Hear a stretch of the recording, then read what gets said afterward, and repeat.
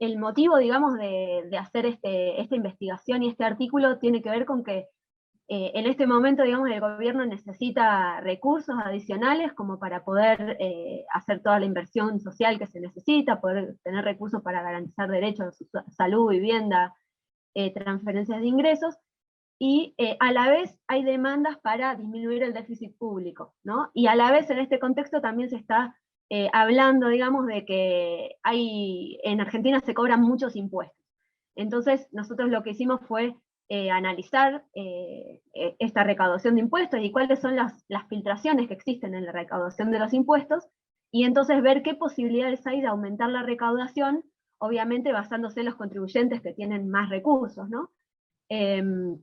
Para poder hacer frente a todas estas necesidades. Encontramos, bueno, que eso, en Argentina en realidad, si bien las tasas legales de algunos impuestos son más altas que en otros países, cuando uno va a analizar la tasa efectiva, es decir, lo que efectivamente pagan los contribuyentes, hay mucha diferencia con las tasas legales. Entonces, bueno, propusimos, digamos, algunas vías que permitirían aumentar la recaudación, limitando, digamos, estas filtraciones. Digamos, la idea era buscar sectores de actividad económica que tienen ganancias extraordinarias o aquellos contribuyentes que tienen más riqueza y entonces estarían en condiciones de aportar un poco más. Por ejemplo, encontramos que la banca, el sector bancario, tiene ganancias extraordinarias y está pagando un porcentaje mucho más bajo que algunos otros países de América Latina respecto de las ganancias que tiene como impuesto a las ganancias de sociedades, ¿no?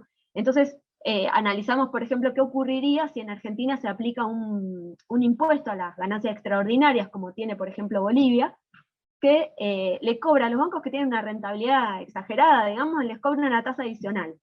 Entonces, medimos, digamos, que si en Argentina se aplicara ese mismo impuesto que se aplica en Bolivia, donde la banca funciona y funciona muy bien y sigue teniendo renta, digamos, no es que se quedaron sin bancos en el país, encontramos que si aportar este impuesto, esta alícuota adicional, en 10 años podríamos obtener los recursos necesarios para pagar la mitad de la deuda del FMI. Otro de los sectores, digamos, que tiene ganancias extraordinarias es el agro, y vemos que, por ejemplo, los bienes rurales, los inmuebles rurales no están grabados en el impuesto a los bienes personales, que es el impuesto a la riqueza que tenemos en Argentina. Entonces es un sector de gran concentración de riqueza, que además tiene sus inmuebles que se han valorizado fuertemente en los últimos años y que no están aportando a este impuesto.